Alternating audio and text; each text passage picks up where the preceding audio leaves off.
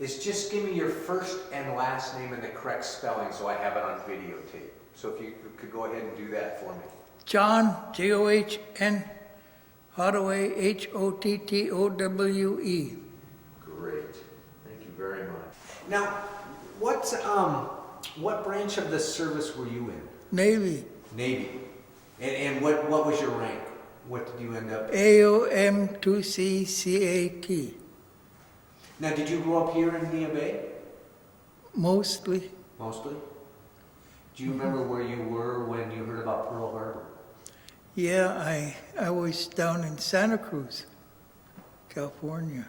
Already in the service? No. I had enlisted, but I was too young or something. So what were you doing in Santa Cruz then? I went to a movie. Come out and the war was on. And do you remember how old you were? Yeah, 41. Must have been 18. Yeah. So you're just a kid. You were just a child. Oh. Young. Well, so what did you think when you heard that America was at war with Japan now? Well, I wanted to go right away, but my folks wouldn't let me. I had to have consent before I could go.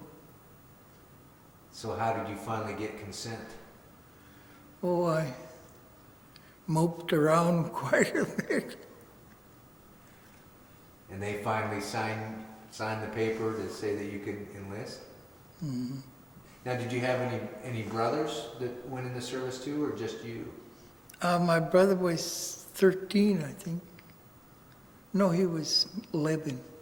So you were the oldest of the family? I had an older sister. Older sister, yeah. So what did you, when you got in the Navy, what did you do in the Navy? I kind of hid out for a while till I could find out what was going on. I wanted to fly, but I didn't know how to go about it.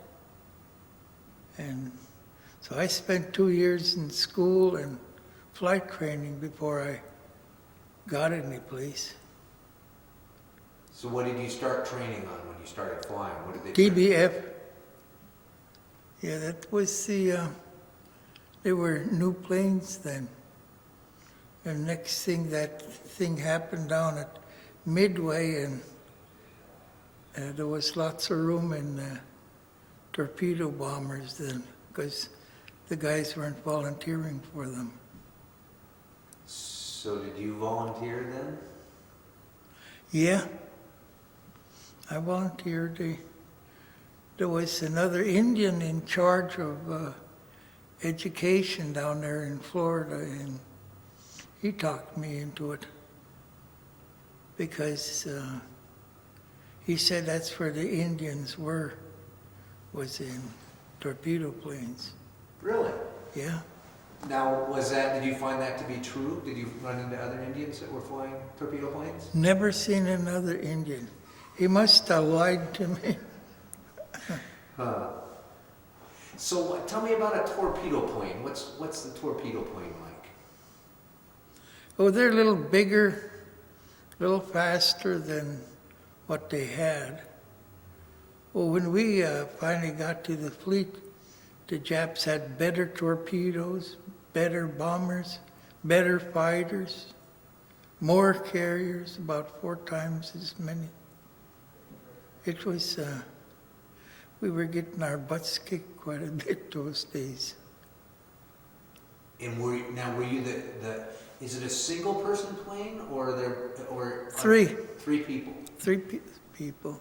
And so were you the pilot or what was your duty on that? I was gunner, bombardier, and radio. I could do all the job except fly. So you were responsible for once you got over the target, you would drop the torpedo and... No pilot did that. Oh, the pilot does that. It was just special occasions where we dropped the bombs. We armored them. Some cases we loaded our own bombs. I mean, if that was our rate, that was my rate.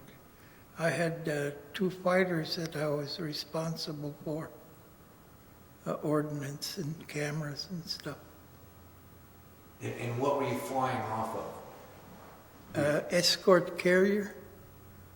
We had to catapult shot. We never got to run down the deck and take off. We had to get in on a catapult and be shot into the air. Now, tell me about that. The first time you sat in there and had that happen, that's got to be kind of a thrill to be launched that way. What's it? It's different than anything you can imagine. You get 60 knots in 50 feet. And that's real rapid acceleration.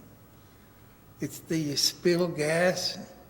If you're not ready, you cut your face on the sight, because the sight is right here in front of you. And you just... And then there's this too, that when you get out to the end of your string and the other force takes over, then it's all even, except if you get in a fight. Then, of course, things change real quick. Now, what areas were you in when you were South Pacific, correct? I was at Saipan. I dug the holes that the Marines crouched in front of the pillboxes. Now, when you say you dug them With this the, way with or the with... bombs. Yeah, that's what I thought, yeah. So you flew over, and so tell me about your missions. What was your goal? Well, on the way over, they shot down 3 SB-2Cs. And then they were above us, so we knew they could reach us easy. And we couldn't go over 16,000 feet because we'd be going too fast time we hit our pull-out level. So we'd peel off from 16,000 feet and bomb they'll start right at the water and walk a stick of bombs up to where the pillbox was, where the Marines was going to have to pass over. And then we hit, I can't think of it, hedge hopped, only we were down way lower than that, across the island, and stayed down till we were about 3 miles away. And you did your flying during the day, right? Oh yeah. Day, yeah, because the Japanese like flying at night, if I understood it correct. And Anytime. At that time, they came at us with 85 torpedo and dive bombers. We were just hardly hanging on. There was the biggest fight in the world about 200 miles away, but it wasn't right where we were. You've probably heard of the Marianas turkey shoot. We was in that, but the big fight was like 200 miles away. The Gambier Bay took a dive bomber right opposite the LSO station, and the pilot and the bomb and the engine all ended up on the hangar deck and blew the forward elevator clear out of its bed and into the sea. And they had to go back to Pearl to get a new forward elevator. I've seen those. I mean, I know how big those are. That's a big. Yeah. So where were you when that happened? Were you on board, or were you up in the? I was in the air, but they came over. They had 2 TBFs that could still fly, and they put them on the catapult and sent them over to our ship. So that made double duty for some of us because they didn't have room for their crews. Next evening, just at supper time, Tokyo Rose announced that we'd been sunk because the guy said he was safely aboard Kitcombe Bay. So we were all looking forward to our survivor's leave. Because if you got sunk, you got 30 days leave. No, nothing else. Didn't work that way, huh? It didn't work that way. What was life like on the ship? Oh, that was real neat. Except they'd bring us up short every time we'd get ready for a mission. We had to go and clean up, shower, shave, put on all new clothes, clean clothes. If we got wounded, they didn't want to have yesterday's dirt on being plowed into our flesh. So it kind of made us think about it. Well, that's kind of interesting. That gives a whole new meaning to, they say today that, your mother always says wear clean underwear in case you get in an accident. So I guess that's where that must have started then, was World War II. Put the clean uniform on because we don't want dirt. Especially clean shorts. I'm sure that some of the people flying, they didn't stay that way, I would imagine. What was life like on the ship? I mean, where did you have a little tiny berth, or what was your daily routine on a ship when you weren't flying? We slept right next to the ready room. It was cots, hammocks, and it was a good place to sleep. We didn't have to go way down below where the crew ate.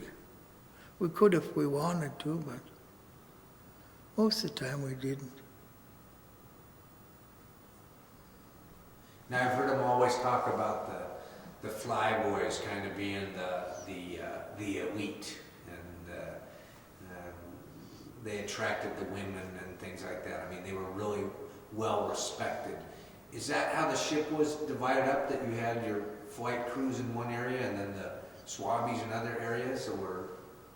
We called them deck apes, and they pushed us around with us in the planes. See, they don't let them taxi around, well, for obvious reason, that propeller spinning and people all over the deck. So they had fly 1, fly 2, and fly 3 and 4. And they'd push the planes around to spot them rather than taxi them. So they'd get you hooked up to the catapult, they'd push you out, get you hooked up to the catapult, and then... No, when you got on a catapult, you went. Just like that? Yeah, well, no, but I mean, that's what you did. You didn't taxi around. Oh, yeah. I think it was hydraulic cats. I got to think about that. Because I got a nephew that was flying Phantoms, and they did it a little different. Those Phantoms are awful heavy, and so I think they had steam catapults. They're a little faster. I think the Hornet had a steam catapult, if I remember right. Mm-hmm. What about bringing them back in? How did you bring them back in for a landing? If you had to launch them that way, did you come back and catch the guide wire, or how did you land them on? Or did they land them? Were they floaters, and then you had to pick them up? Well, it was on the base leg. As soon as you turned into the base leg, it was a routine. You did everything by rote. You was still in a position like that. You just made your base leg, and it was turned, and then the LSO would give you your cut, and you would cut. And they hit pretty hard because they dropped. Well, even on an airstrip where you got 5 miles of strip, we landed the same way. Boom. Now, from your position, did you have a viewpoint, or did you not see where you were coming in from where you were sitting in the plane? Couldn't see very good. couldn't see very good. So you just know when you felt that thump that you were down. Well, we could tell when he cut the engine oil. Brace yourself. Now, did you, when you were up, because you would go up in a squadron, right? You'd launch a bunch of them, get up in a squadron. Did you face heavy fire sometimes when you were up? Did you face any dogfights or anything like that, or was it mostly? Oh yeah, not every day, but every other day. What's that like? What goes through a young? Well, I tell you, we was bombing opportunity targets at Saipan. See, we did everything, even supply drops. They'd load this big thing in their bomb bay, and we'd fly low over the grunts and drop them this food and water and ammunition. But this outfit missed the trenches, the Jap trenches, and they hit a big oil. There must have been 5 or 6 big oil, bigger than what Standard Oil's got here, and started a fire, and it started burning. And this fellow from the Gambier Bay, after they lost their elevator, I was with him that day, and it was boiling like that, smoke and fire. And just when we thought we were going to skim it and then hit the target, the big flames and stuff boiling flipped us up like a chip in the air. And we were upside down going over the trenches. And our engine was roaring because it had lost the bite. You know, a propeller goes through the air like a screw. And we'd lost that little bit. And the plane rattles and shakes because it's out of sync. And I could look down, I could see those Japs in the trenches, and they were cowering, and I was cowering. Yeah, that was the most exciting one. Sometimes when we'd peel off, they'd get pretty close, but not really. So I assume when that ball of flame flipped you over that your pilot made it back around and got it upright and you got home safely from that. Oh yeah, we flew upside down for a while, and the TBF isn't it's the way it's supposed to fly.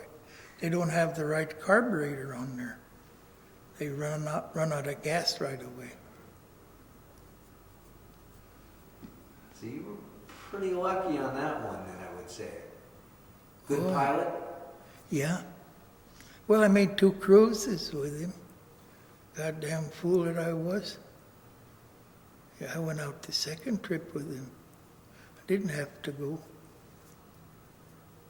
Now is that, when they put together a team basically, a flight team, so you guys work together all the time, is that right?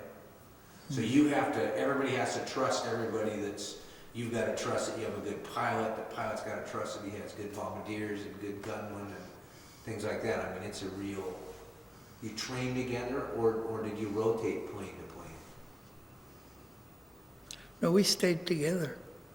We formed up here in Sandpoint in Seattle. There was only 3 of us. We got there early from Florida. And Air Group 8 was still, I guess the Navy didn't know what to do with them. They had 3 sick, tired old SPDs, and I'd never done Navy stuff before. I'd been in school and then applying the problems to the what I'd learned in class. And so I was anxious to do Navy stuff. So I liked it. We was in downtown Seattle. standing shore patrol, herding the guys that was drunk. We even went to the fair, got in free. As you say, if you wore your uniform, people really took care of you. Is that correct? Oh, we was taking care of the Navy. We had paddy wagons there, our own paddy wagons. Oh, it was fun. Huh. What did you enjoy most about being in the service? Well, just after I learned how to function inside of the Navy, I knew all the ropes and that kind of thing. The war ended. Here I knew I could survive if I ever got out there again, because I knew enough to how to get by.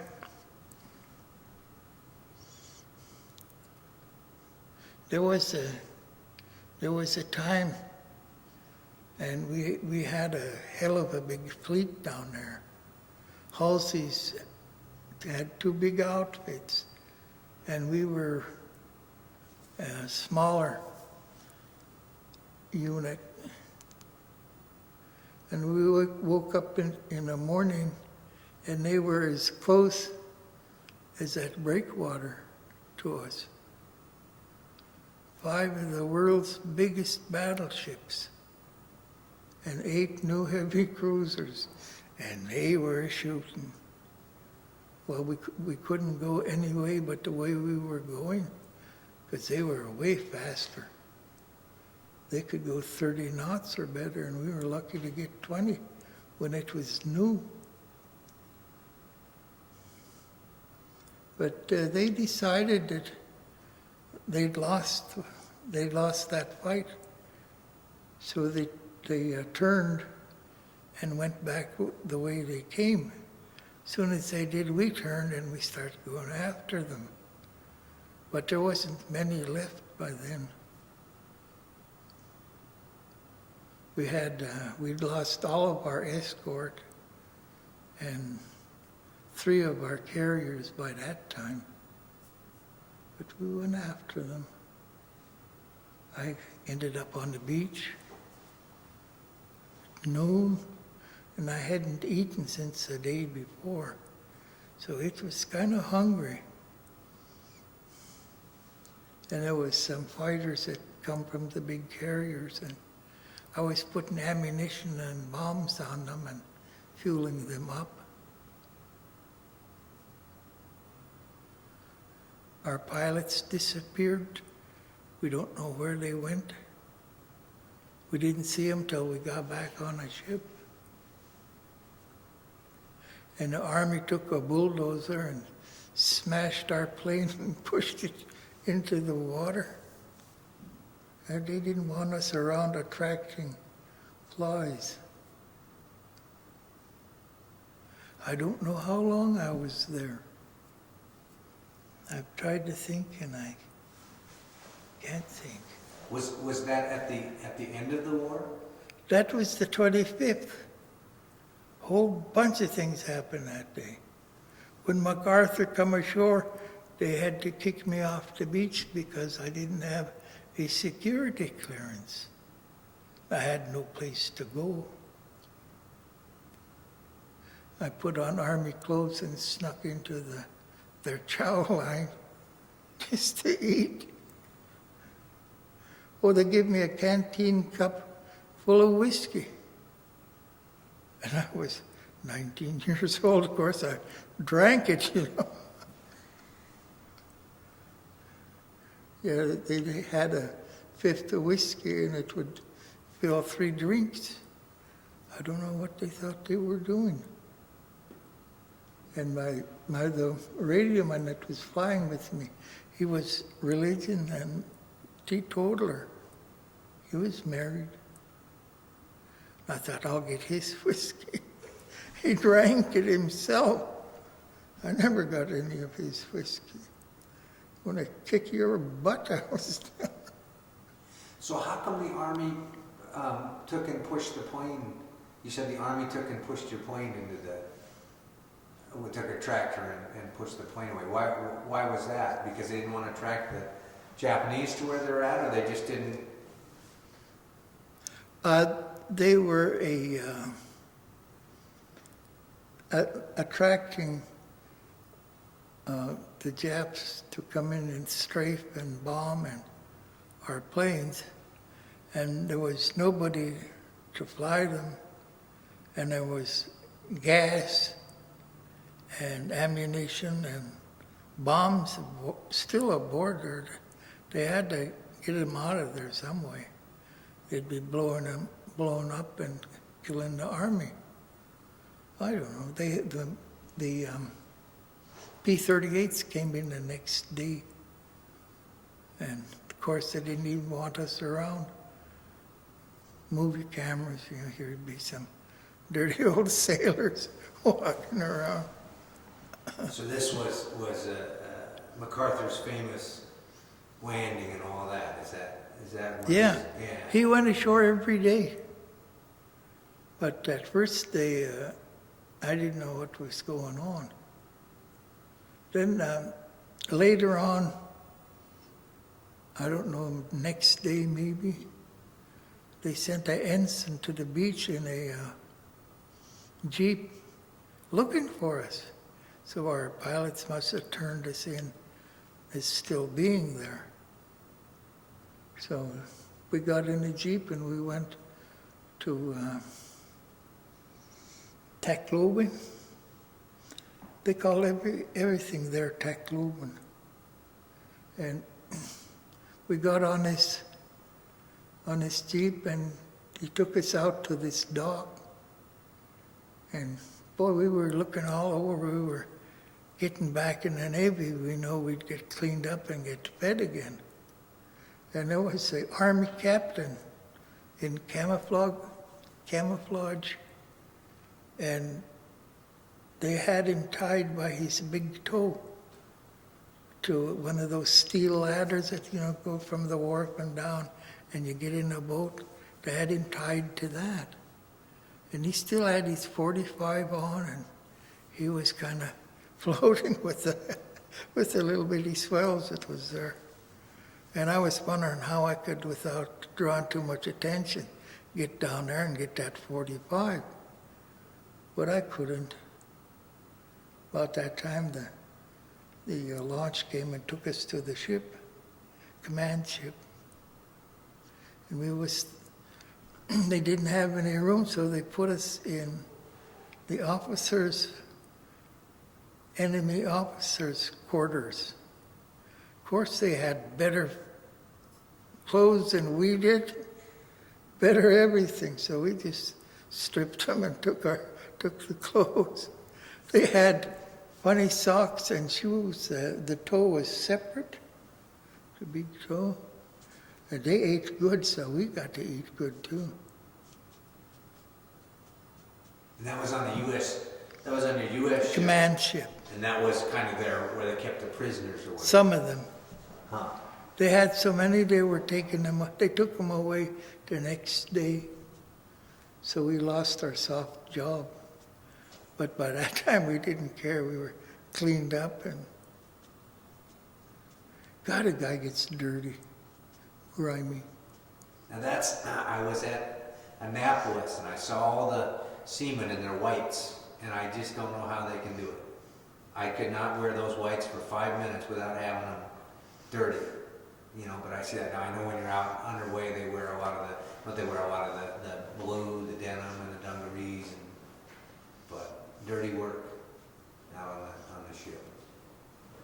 What was it? Take me through a flight.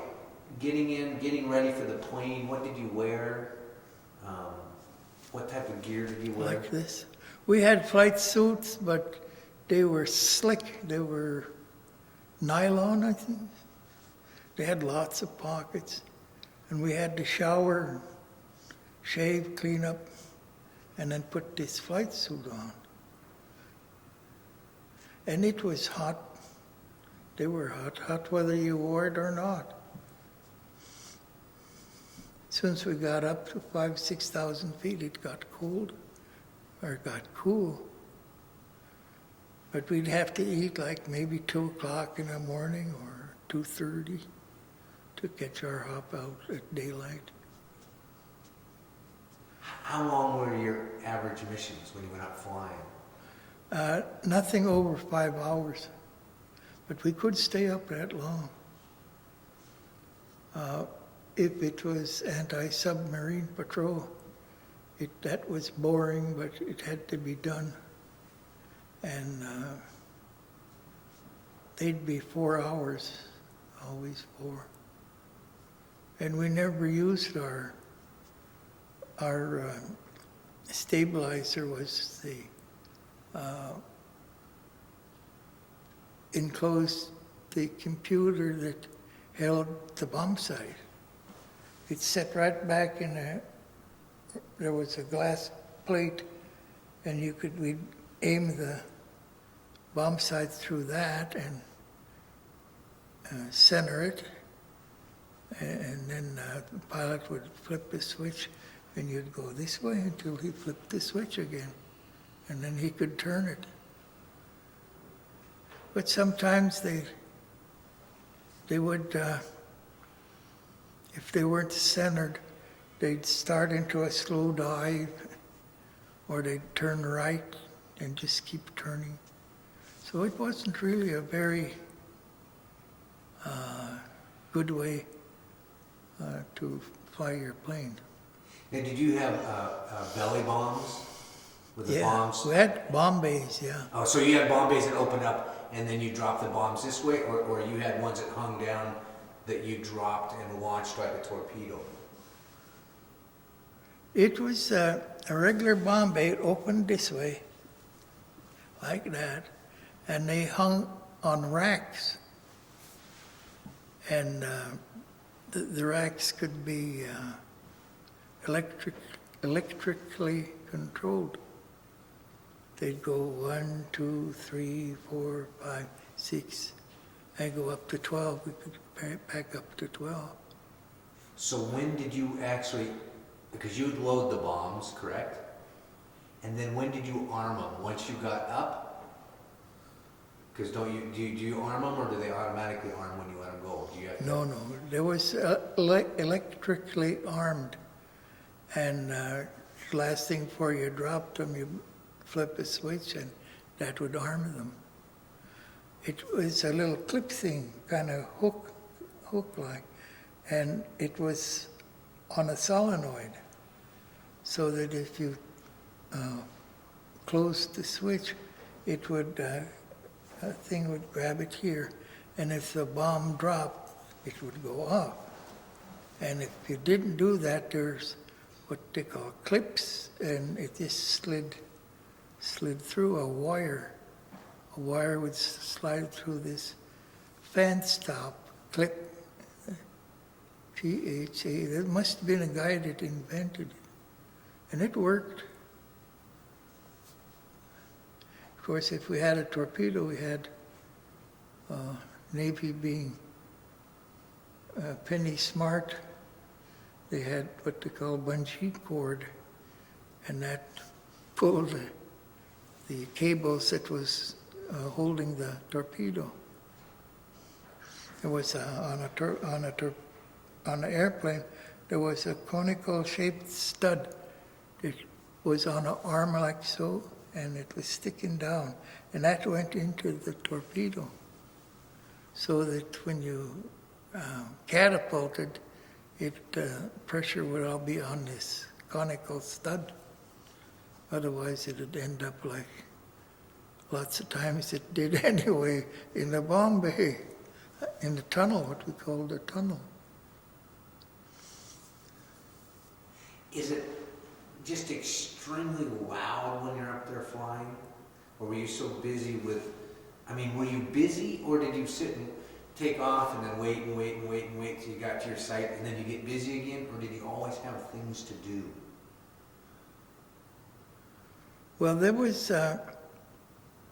preparations that kept you kind of busy, because if you run low or out of ammunition, you had to turn your turret upside down so that the gun would be open and the radio man could put more clips of ammunition. I think they held 500 rounds or so. So you had to turn with your gun straight up to do that. Huh. That would mean the enemy would know you're reloading, though. Because I assume you could visually see that the guns. It was almost recessed. We could fire over the wing, and on one side, you could almost fire straight ahead. But on the other side, you had the greenhouse that was in the way. You could only get so far. You can see the turret on a TBF that's being catapulted, but you got to know right where to look and be prepared to look quick. But I know the folks see movies, and I can see the turret because I know where it's at, but I know a lot of people don't. How close did you end up in combat with Japanese planes? Did you end up fairly close in some of your combat with them, or? 15 feet, maybe.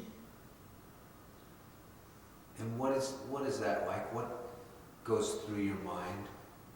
Well, I didn't see until the pilot made a run like a fighter plane, and then he rode to the side, so it was my turn. And by that time, he was going directly away from us, like on a 90 degrees, going right straight away. And we were going along this way, so that I get the best opportunity to do what I needed to do. Do you hear them? Because you're playing so loud. You hear your guns firing, I assume, or is it so loud you don't even hear your guns firing?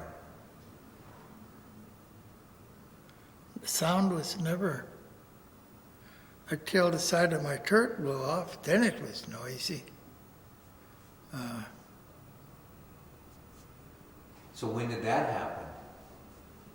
It happened in a dive at Erica Beeson Seaplane Base.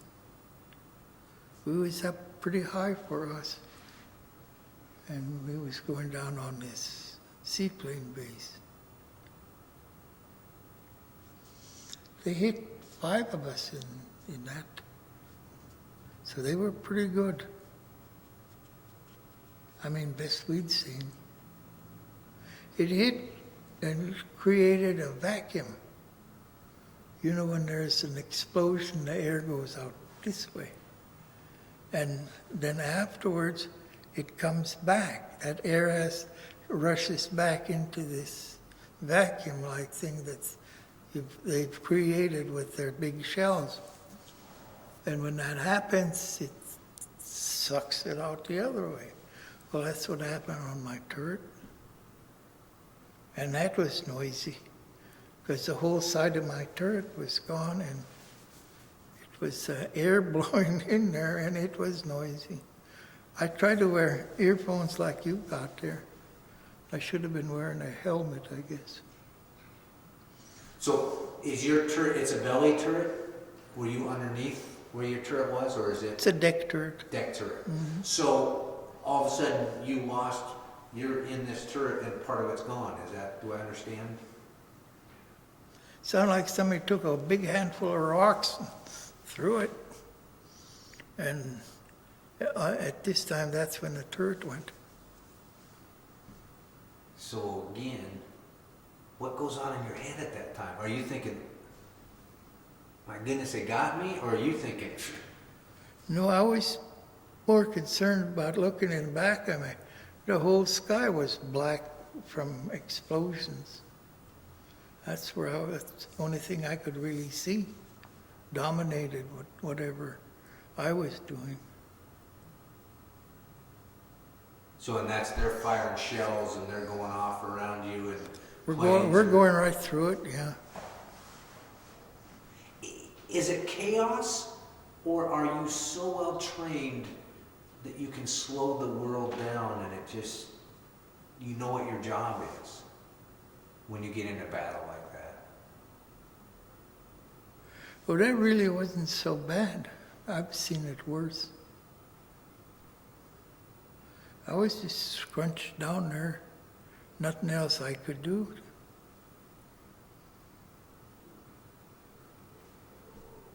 I wasn't scared or anything. I was looking at this crap burning, busting behind us, and glad that they were missing us. There was an island right close, I mean really close, and we got down below the hangar. There was hangars there. Seaplanes would come up on these ramp-like things and go into these hangars.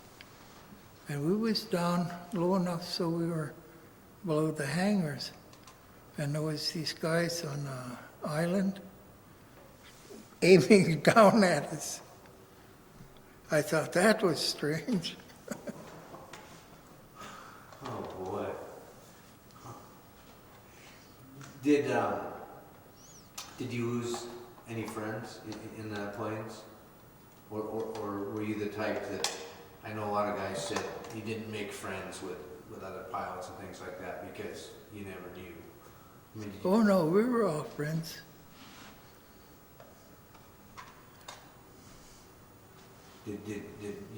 did you lose some planes from your squadron then? Did you lose? Oh yeah, I see one airplane get blown to just dust. They got hit in a bomb bay, right in our formation, and there was just dust there. So how do you get back in a plane then again for the next flight after seeing something like that? Oh, I don't know. Never thought much about it. I was more concerned about him wearing a second-class petty officer on his jersey than I was about losing him, I guess.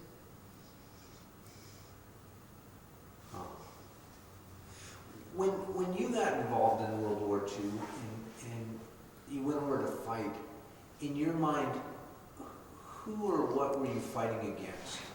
Were you fighting against a person, a group of people, a country being Japan?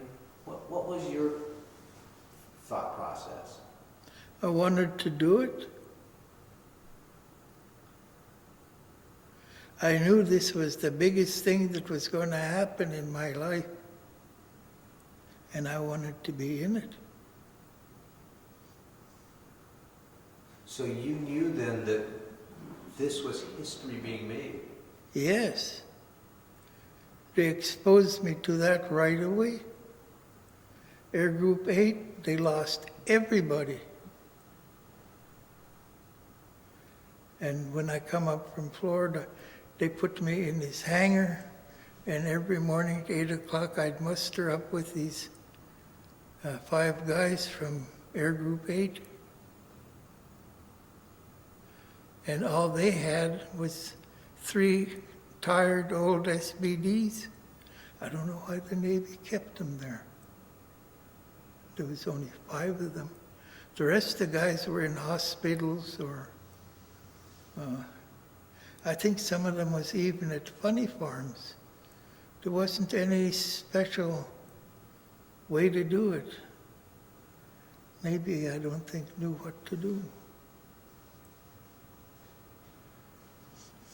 They had parked out in front 2 British warplanes, Spitfire and a Hurricane. They had to walk by them when they went to muster up, and in the evening they had to walk by again. And these planes, they looked like they were going 400 miles an hour just sitting on the tarmac.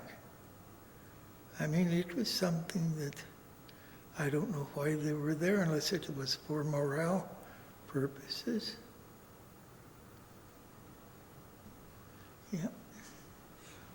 When you got into combat, did you think that when you first saw the Japanese pilots, did you think, oh my goodness, the Japanese are superior to us in the air war, or did you think they were inferior to us in the air war? Well, there was a Jap pilot picked up when we were fighting at Saipan. And at that time we had rocket rails instead of the way they have the rockets now. They had long rails, and there's a thing on top of the rocket that slides down this rail. And this little Jap pilot was looking at those, and you could tell he was really interested in it, but he didn't dare move around or talk. Well, nobody could talk to him. Well, that's why they put him in a breeches bore and put him on a destroyer. But I think they scared him too much, because the next time they brought one over, they put him in a plane and sent him to Saipan. Of course, there was about 50 of us sitting around watching, looking at him, because we'd never seen one up close. They were always in a plane going by. So we got a good look at him. We'd, after they talked to the admiral's staff, they'd fly him over to Saipan and turn him over to somebody else. They said that he didn't want to get picked up, the destroyers and stuff. He wanted to swim, I guess. Die with honor, part of it, I think. Huh? To die with honor. I mean, again, a lot of the Japanese pilots, to be captured was a disgrace.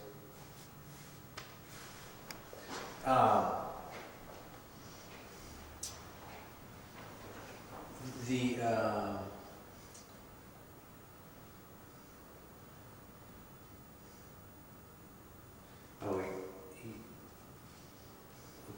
had a couple of questions about your logbook here. There's one that talks about you repulsed a tank attack on the beach. Do you remember that? That was fun. What was that like? Tell me about that. They had a strip there, and the Marines was having a hell of a time on that strip. They reinforced from some of the other islands, and we had to wait until they were all in the water, and halfway across, then we went down with rockets and just raised hell with them, the whole bunch. And what was left, the Marines blocked off. And we knew they had tanks, and so there was always 12 or 14 TBFs with rockets, and the guys, everybody was anxious for the tanks to come out on the strip so they could work them over. And that's what we did. Their tanks were high and, tall, and really thin armor. And we got them all. So you went in as support for the Marines that were already on the beach. Mm-hmm.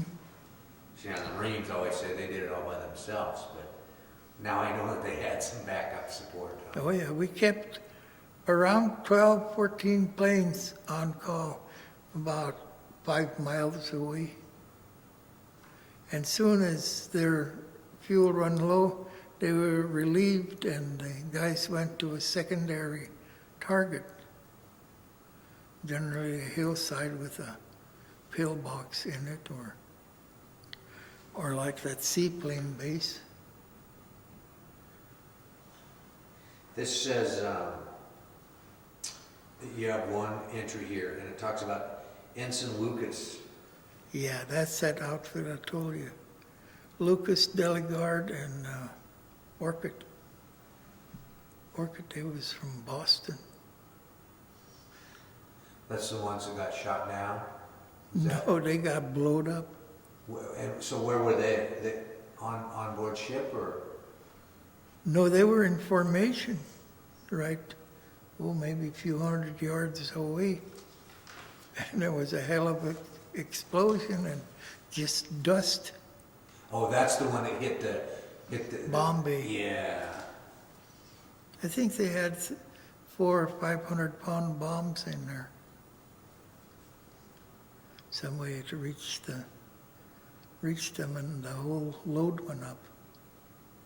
Now, here in your log, you also talk about returning to Pearl Harbor from the Manus 43 flights in combat.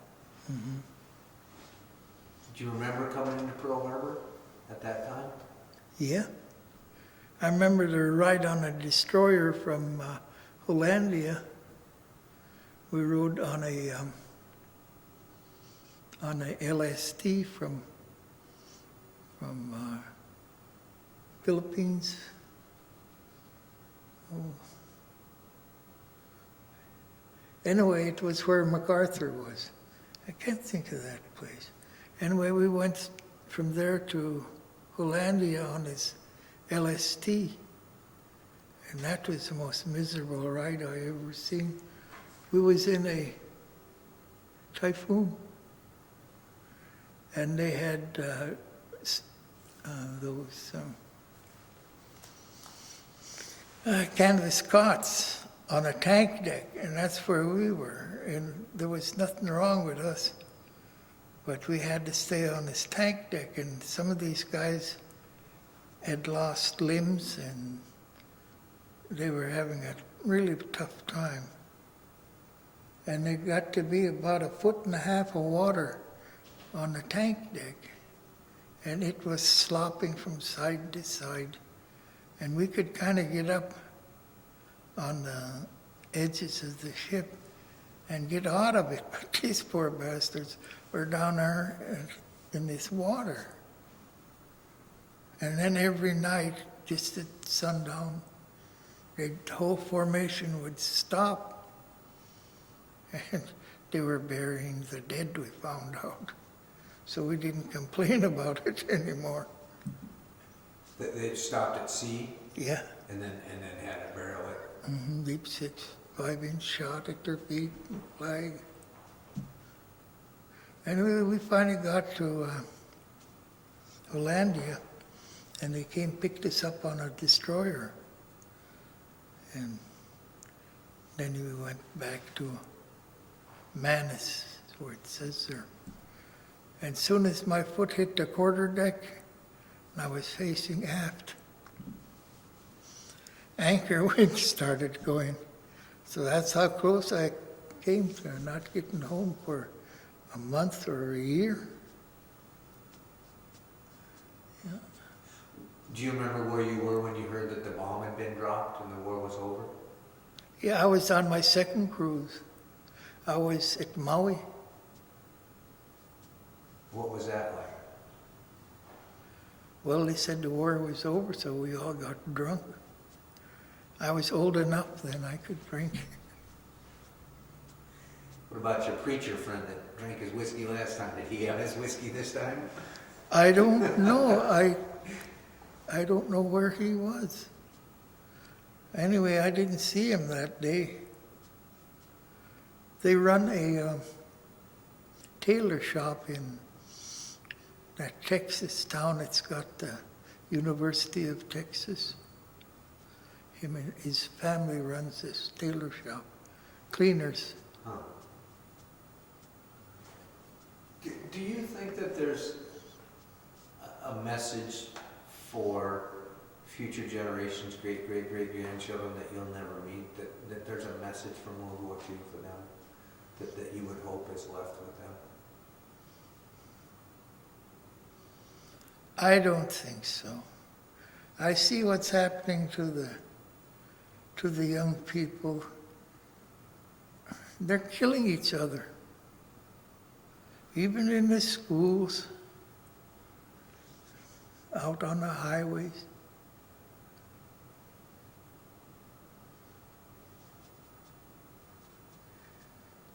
I had enough killing.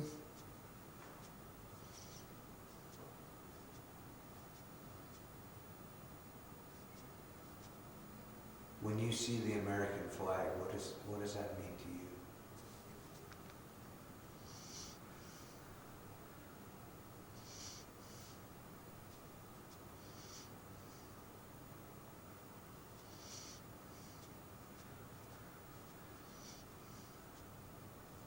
I see so many people taking advantage, although I didn't think so at the time. I see them taking advantage of what some of us went all the way for. Of course, I didn't feel that way. I wanted to get in it.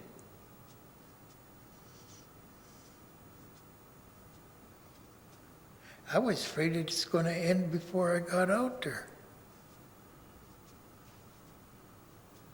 But after kind of living with Air Group 8, I kind of felt different about it. There's a guy in Hottowe that was with me from the time we enlisted, went off to A school. That's what they call the first school. You go to A and then B and C. And he was with me at Sandpoint. And he was always with me. Our names, Hottowe and Hovis, we'd have to get into alphabetical order. So he'd just keep an eye on me, and when they'd ask us to get in alphabetical order, we could, right away. And I seen him down there. I hadn't seen him since he volunteered for Air Group 8. And I said, hey, I said to my wife, there's Hovis. He owned this Richfield station. He was kind of a nut, but he survived the war some way. He'd go on Liberty, and he'd get some of these 50 caliber ammunition that had been fired, and he'd save the clips, and he'd, in his room at night, he'd load them up. And then he'd take them on Liberty and he'd sell them or trade them. It was really impressive. He used to like to take his picture with these empties. That's why I say he was kind of a nut.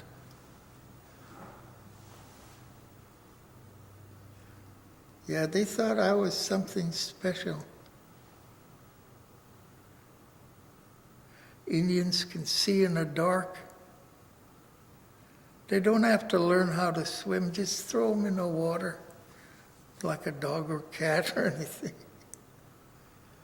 And there was other things. They thought I was a Superman. Were you the first Indian that a lot of them probably had met? As far as I know, I was the only one.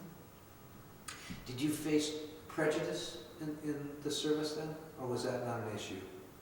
No, they thought I was super.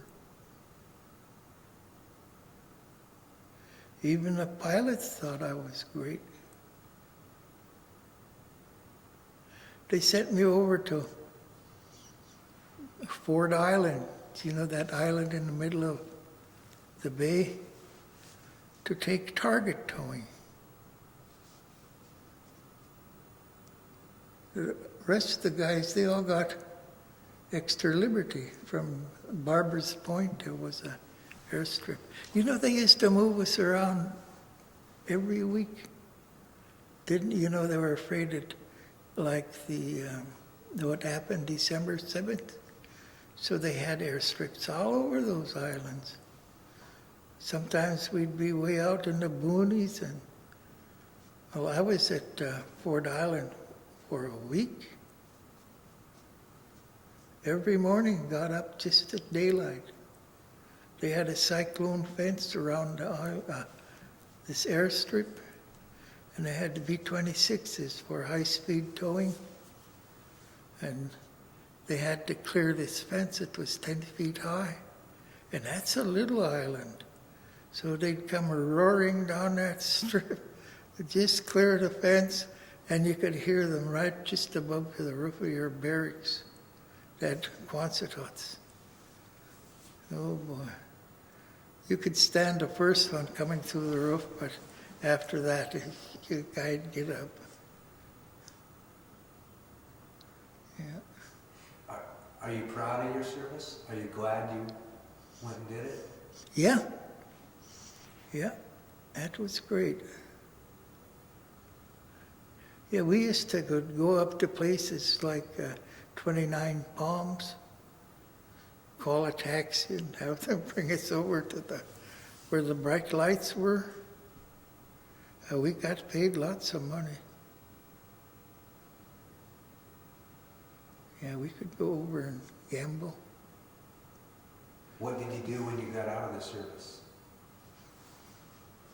Or when did you get out of the Navy? Well, it was in 45. I had ruptured an eardrum, a occupational hazard for what I was doing. And they sent me up to the ear place. Everybody knew that it was a goat, what they call a goat's ear, that they were going to give me. And I got scared. I didn't like that. So I kind of hid out there. By that time, I knew how to function within the place I was. And they had a whole bunch of German, Italian prisoners of war. And they were like painting the windows. They'd paint them all black just to be mean. But that's the only way they could get cigarettes, or what they said. Then we'd go over to the mess hall, and you'd sit down at the table, and you had white linen, and a person would come and serve you. You want eggs and bacon or ham or hot. And this guy came over, and he'd been on the ship before. And he recognized me, and he asked if he could serve me, and the cook let him. So he was busy telling me he was one of the inmates there. Not bad enough to go to prison, but bad enough he had so long of a period to serve, and then he could get a discharge. He'd missed the ship going back to, he'd went to another ship and he'd missed it, passed out in the waiting room. But I got a bruise on my ear, and they operated on my right ear. And I faked it for the ear test, and they removed the cyst and the sac and said I could go home. So I did. I got the hell out of there. That was Sandpoint, Idaho, I think. And you came back here to Nia Bay then? No, I had to go to Bremerton. I got discharged out of Bremerton. So I come back and Nia Bay was the same.